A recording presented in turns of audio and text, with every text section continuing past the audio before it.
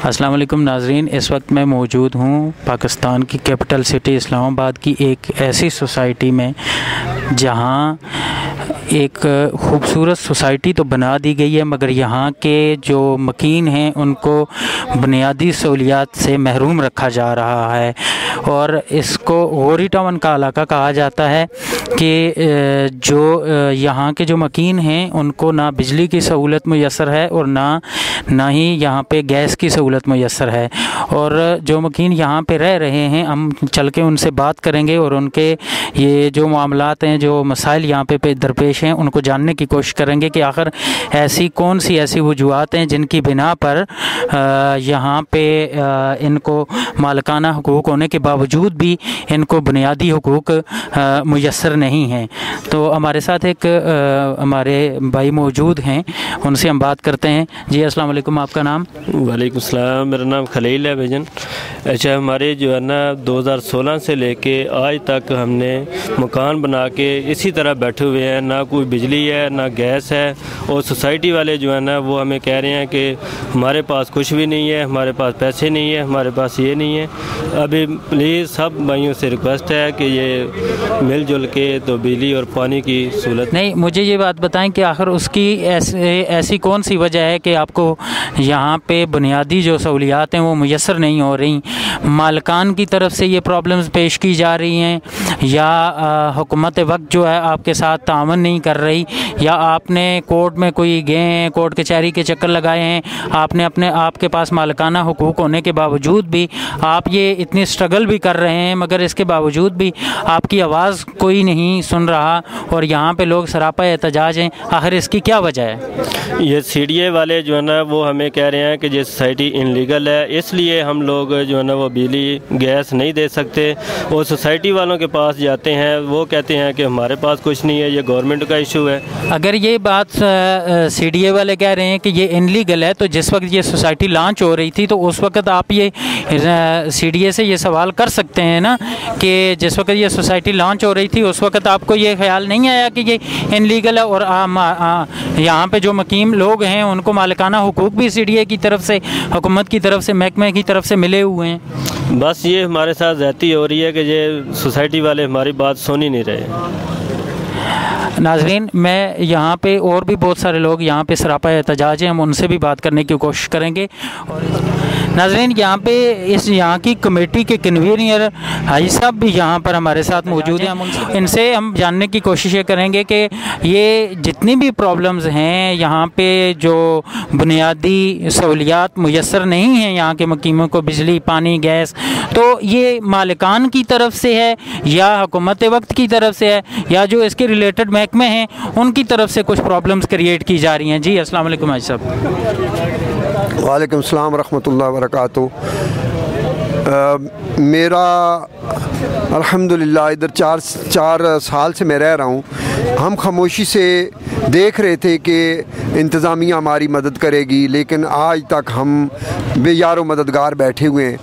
अब हमने कोशिश की है कि हम उनसे रब्ता करें कि हमसे डेवलपिंग चार्जेस आपने लिए हुए हैं, हमें बुनियादी सहूलत हम दे दें, आप दे दें और आपको स्वाब भी होगा और आपकी बेहतरी भी है, आपका कारोबार भी चमकेगा। लेकिन उन्होंने कोई रिस्पांस नहीं दिया, जिससे मजबूर होकर हमने ये काम शुरू किया।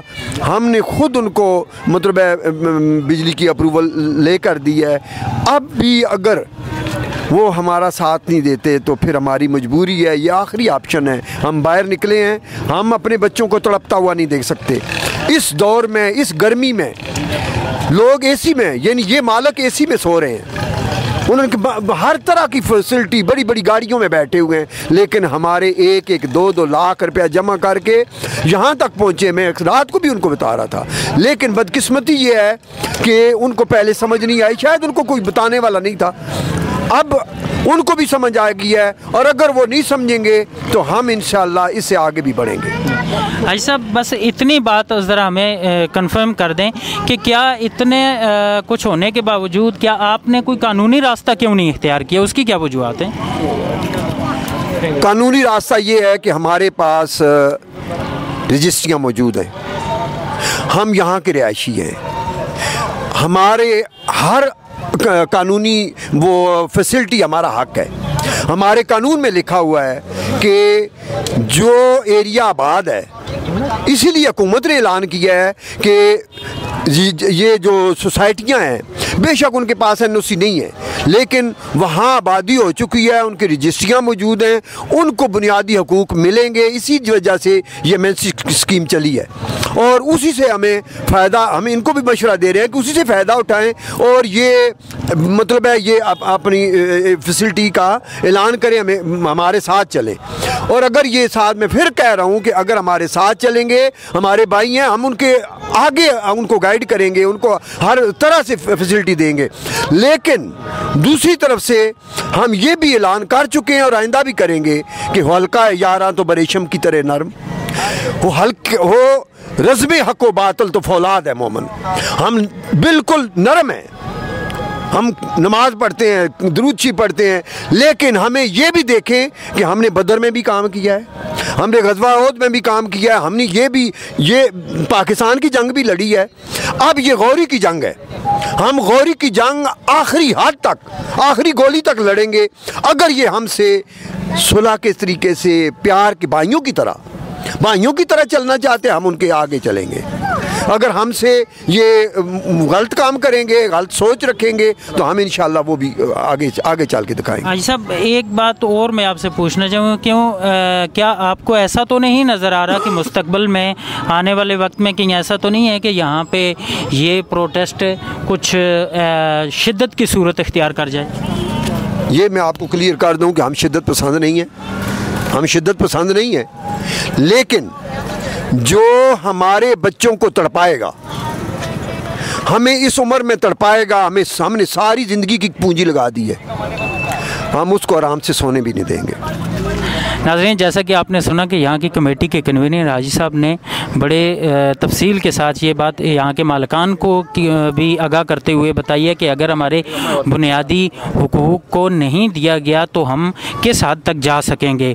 तो इसके यहाँ पे हम आपको ये भी बताते चलें कि नाज़रीन, कुछ लोग ऐसे भी हैं कि जिन्होंने अपनी ज़िंदगी की सारी जमा पूंजी यहाँ पे लगा के अब वो खून के आंसू रो रहे हैं, सिर्फ़ और सिर्फ इस वजह से कि भाई यहाँ पे उनको बुनियादी सहूलियात मुयसर न होने की वजह से वो यहाँ पे मुंतकिल नहीं हो सकते। नाजरीन, इस वक्त यहाँ पे हमारे एक और भी कमेटी के मेंबर मौजूद हैं, हम उनसे भी बात करने की कोशिश करेंगे और जानने की कोशिश करेंगे कि आखिर ये जितनी भी प्रॉब्लम्स हैं क्या वजूहत है, क्या ये मालिकान की तरफ से हैं या महकमे की तरफ से क्रिएट की जा रही हैं। जी अस्सलाम वालेकुम, आपका नाम? वालेकुम सलाम, मेरा नाम राजा जुनैद अब्बास है। हम तकरीबन 3-4 साल से फेज़ 7 में रहायशी हैं और ये जो सारा कुछ बना हुआ है ना, ये सिर्फ मालिकान की वजह से है। सही। पहले तो गवर्नमेंट ने जब पाबंदी लगाई थी, फिर राजा खुर्रम नवाज साहब का बहुत बहुत शुक्रिया कि उन्होंने ये बैन हटा दिया, जो मीटरों पे गैस और उस पर पाबंदी थी, फिर PTI हुकूमत ने वो हटा दिया कि जी आप मीटर वगैरह लगवा सकते हैं। उस दौरान फिर हमने डिमांड नोट की कोशिश की, सर्वे करवाया, बल्कि आइस्को के चेयरमैन डॉक्टर अमजद साहब का हम बहुत बहुत शुक्रिया अदा करते हैं कि उन्होंने आउट ऑफ वे जाके हमारी मदद की और उन्होंने कहा कि इतनी बड़ी राशि लोग अगर यहाँ पे आबाद हैं तो इन्हें बुनियादी सहूलत बिजली तो देनी चाहिए। उन्होंने एक डिमांड नोट निकाला जो कि पहली हमारी ये लास्ट डेट है उसकी 4 करोड़ 33 लाख का है। इसके बाद एक और आना है जिससे हमारा इंफ्रास्ट्रक्चर तकरीबन आधा लगा हुआ है, आधा और लगना है। उसमें मालिकान हमारे साथ कोई तावन नहीं कर रहे। अब्दुल रहमान साहब जिन्होंने यहाँ से अरबों रुपया कमाया, ठीक है, पहले अली अकबर साहब और वो 50-50 के पार्टनर थे, फिर उसके बाद वो चौधरी उस्मान को लेके आए, उस चौधरी उस्मान और ये 60-40 के पार्टनर हो गए। अब वो हमें बस सुबह शाम के जी मैं दे। राज साहब, यहाँ एक और बात मैं आपसे जानने की कोशिश करूँगा कि आखिर वो किस बिना पे ये बात कही जाती है, जब इसके ऊपर बैन लगा तो जब वो कौन सी ऐसी वजूहत थी, कौन से ऐसे एलिमेंट्स थे कि जिनकी बिना पर इसके ऊपर बैन लगा दिया गया। हालांकि हुकूमत वक्त जिस वक्त ये सोसाइटी लॉन्च हो रही थी उस वक्त ये सोचना चाहिए था, रिलेटेड जो महकमा जात थे कि इसकी NOC देते हुए ये बात उनको सोचनी चाहिए थी या उसी वक्त इसको इनलीगल डिक्लेयर कर देना चाहिए था।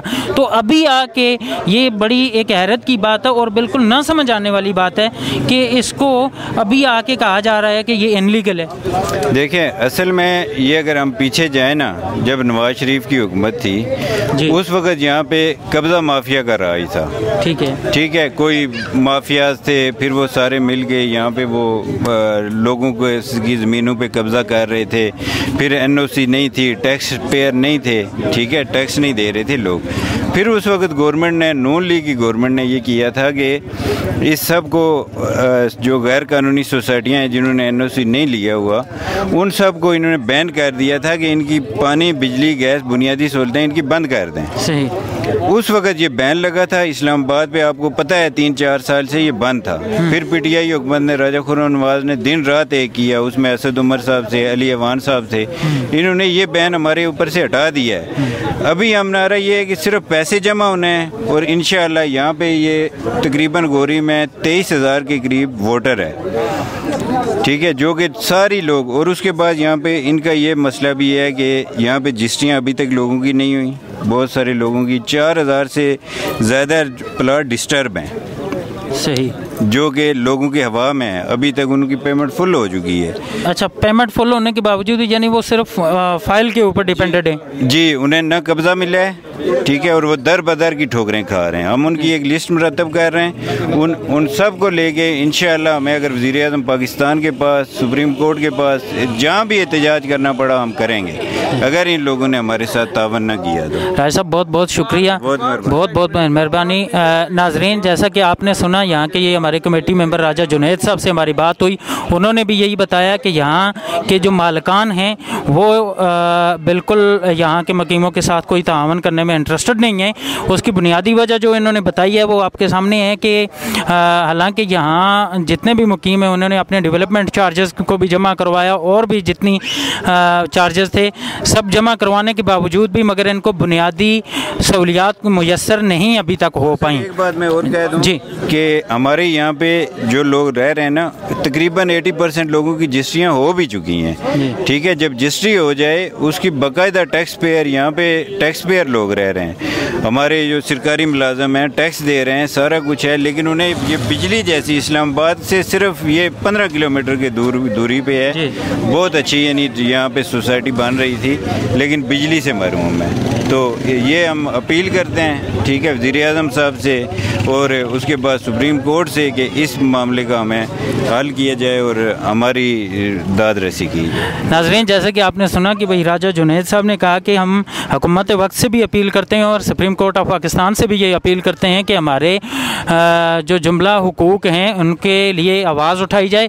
हमारी भी कोशिश है कि हम हर फोरम के ऊपर आवाज़ उठाएंगे और इनकी आवाज़ को आगे तक हुकाम बाला तक ले के जाने की कोशिश करेंगे।